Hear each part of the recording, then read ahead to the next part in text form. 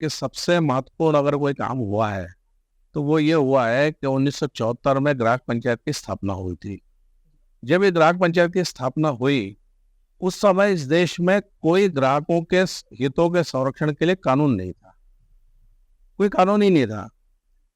कभी बात होती थी कि भाई ऐसा ऐसा हो गया, क्या करें? बोले नहीं, कोई कानून नहीं है तो अपन कुछ कर नहीं सकते इसमें। तो ग्राहकों को न्याय कैसे दिलाएंगे? न्याय दिलाने की कोई व्यवस्था नहीं है।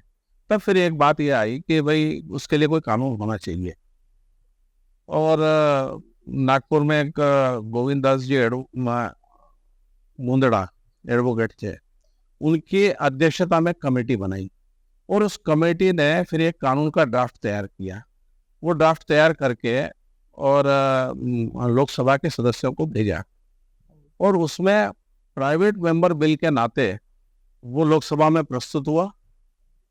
उसको जो प्रस्तुत किया वो भारतीय जनता पार्टी के जो सांसद हैं रामबाबू मालवीय, उन्होंने प्रस्तुत किया। लेकिन जब प्रस्तुत करते हैं तो एक कोई प्रस्ताव के साथ में समर्थक लगता है, तो समर्थन कौन करेगा? तो मुस्लिम लीग के जीएम बारात वाला जी, जो लंबे समय तक सांसद रहे, 8 बार सांसद रहे, उन्होंने उसका समर्थन किया और उन्होंने कहा कि नहीं, ये बहुत आवश्यक है ये काम। उन्होंने उसका समर्थन किया उसमें। लेकिन ये जब पारित हुआ, तब पारित हुआ ये ऐसे समय में कि जब राजीव गांधी जी प्रधानमंत्री थे और पूर्ण बहुमत की उनकी सरकार थी, उस समय ये पारित हुआ।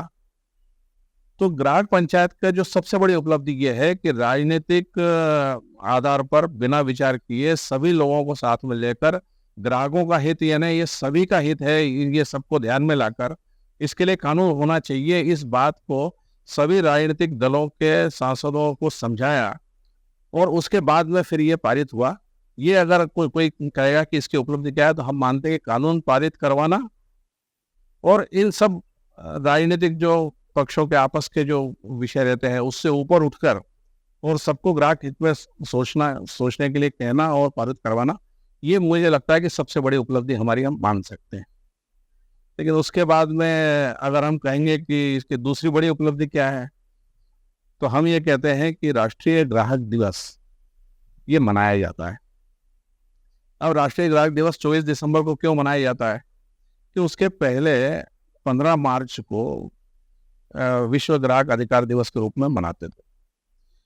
लेकिन वो विषय ऐसा है कि अमेरिका की संसद में जब ये पारित हुआ कि भाई ग्राहकों के लिए कोई कानून होना चाहिए, उस तारीख को पूरी दुनिया में ग्राहक दिवस के रूप में मनाया जाता है।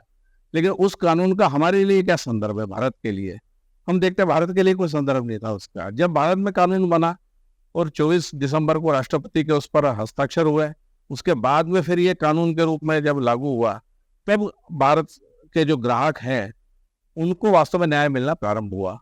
और इसलिए 24 दिसंबर को राष्ट्रीय ग्राहक दिवस के रूप में मनाना ये हमारी दूसरी उपलब्धि है। अगर कोई कहे कि भाई इसमें उपलब्धि दिवस मनाने में क्या हो सकती है, तो हम ऐसा मजाक में कहते भी हैं कई बार कि किसी कानून की कोई जयंती मनाई जाती है क्या? ये एक ऐसा कानून बन गया है जिस कानून की जयंती मनाई जा रही है। ठीक है, कोई संविधान दिवस वगैरह मनाते हैं, छोटी छोटी आवाज आती है कि संविधान दिवस है आज होता है, लेकिन बहुत ही कम स्तर पर होता है वो। जबकि संविधान बना तो वो तो बहुत बड़ी उपलब्धि होना चाहिए। लेकिन ये हम दूसरी उपलब्धि कह सकते हैं।